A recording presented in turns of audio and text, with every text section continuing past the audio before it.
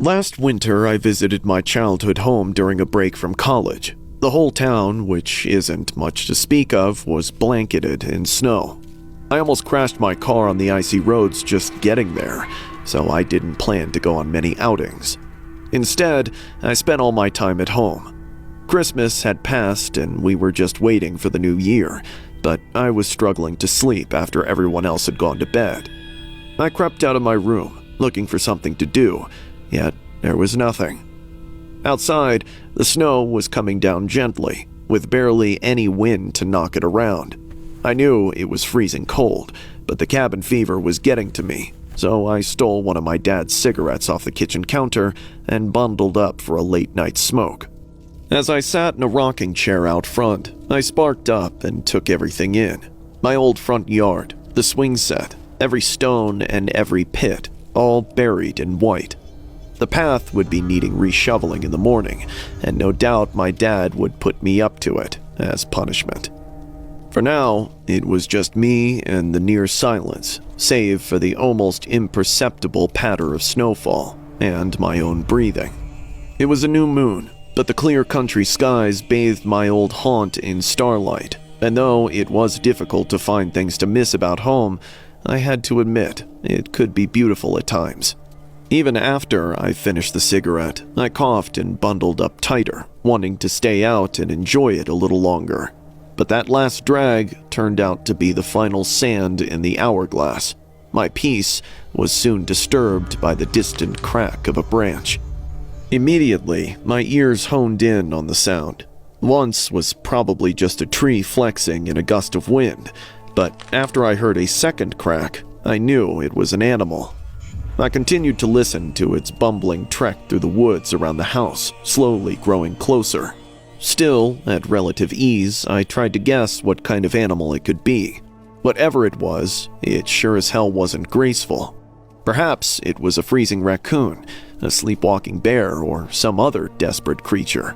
Then, I heard a sound that nearly stopped my heart. The backyard gate opening. It wasn't like a rattling of some dumb animal bumping into it. No, it was the sound of a human opening it with precision.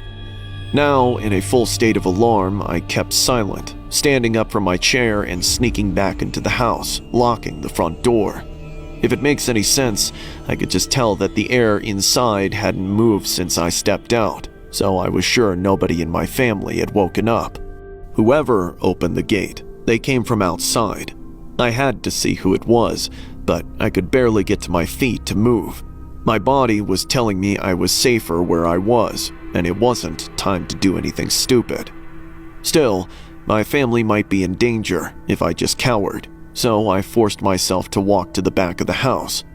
As I inched my way there, I began to hear a new sound, one a lot more regular than before, a rhythmic scraping, digging in the snow. I began to worry someone was trying to access a partially buried window in the basement, but when I made it to the back door, I saw something quite different.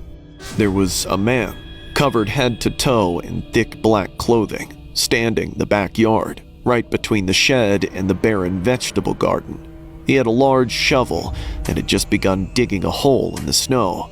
Lying beside him on the ground, a white plastic garbage bag. It almost looked like just another lump of snow, but the brightly colored drawstrings gave it away. I didn't have time to wonder what was in the bag. I had to do something. I was too scared to try and scare him off, so I decided to document him. I pulled out my phone and held down the record button to start a video, but in my haste, I forgot the most crucial thing. I didn't turn off the flash. For merely an instant, the flash blared into existence, reflecting off the glass of the back door and washing out any image I could have gotten. But more importantly, it gave me away. I ducked out of sight, but it was too late. I looked outside and saw the man walking up to the door. I panicked and ran to my parents' room. I woke my dad up and told him to take the shotgun out to the back door, but by the time we got there, the man was gone.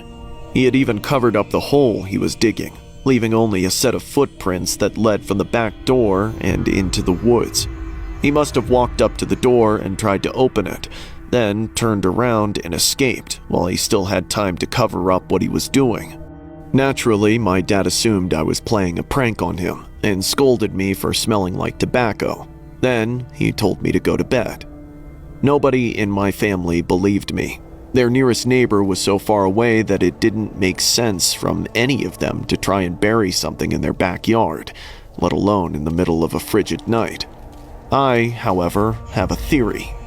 Growing up, there was this old creep in town. All the kids suspected him of being some kind of serial killer.